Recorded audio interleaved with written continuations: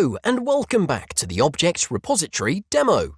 In the previous videos, we've created a library project, used it to develop a process type project, and seen how easy it is to update UI automation in processes built using a UI library.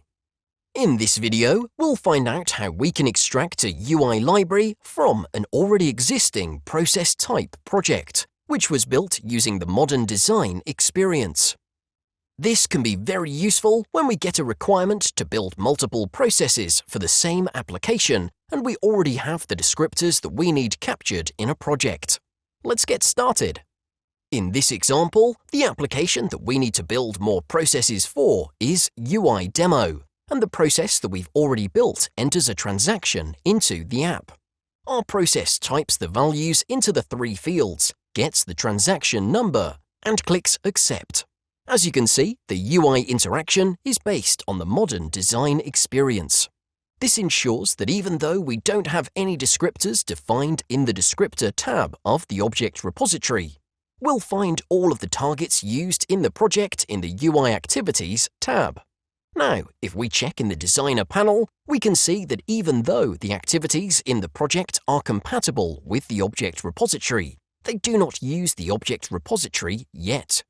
This means that the targets are defined in the activities and not from the Object Repository.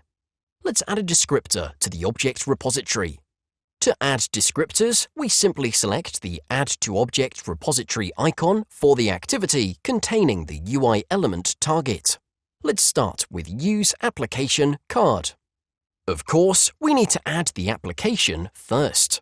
To do this, we click the Quick Add button in the Add Screen to Object Repository window. We'll enter the name of the application, UI Demo, and click Create Application. Let's click Finish in the main window to add the screen descriptor to the Object Repository. Note that the app and screen descriptors are now visible in the Descriptors tab of the Object Repository.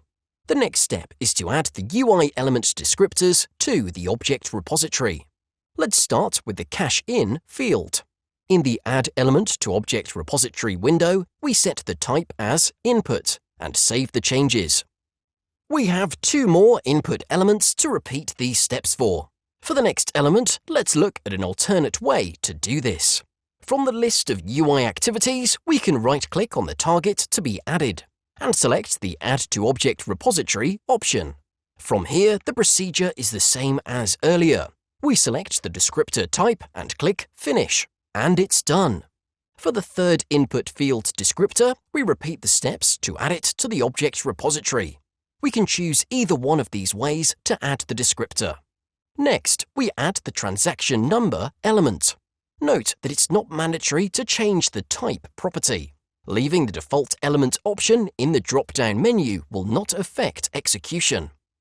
However, selecting the descriptor type will help a developer using the UI library get a clear idea of the type of target element the descriptor holds. For the transaction number UI element, let's select Label as the type and save the changes.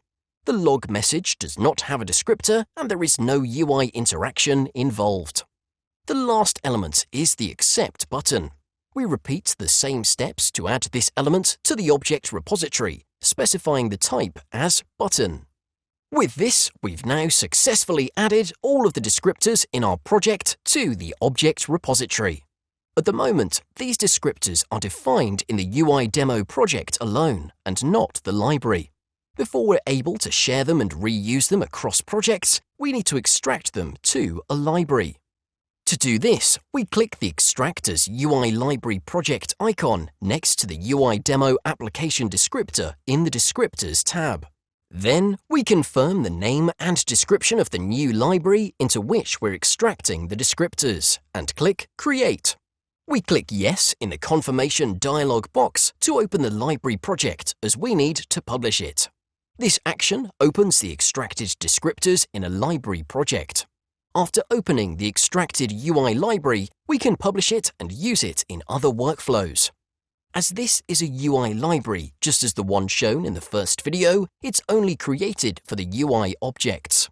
To publish the project, we click Publish.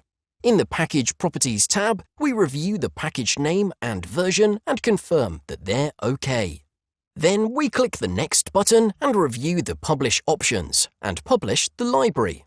We get a confirmation that the library was published successfully. Now, let's go back to the automation project and add the library to the project. To do this, let's right-click Dependencies, select Manage, select the library that we've created, install the dependency, and save it. To check, we open the main workflow and see that all of the descriptors used in the project are the ones from the library as well.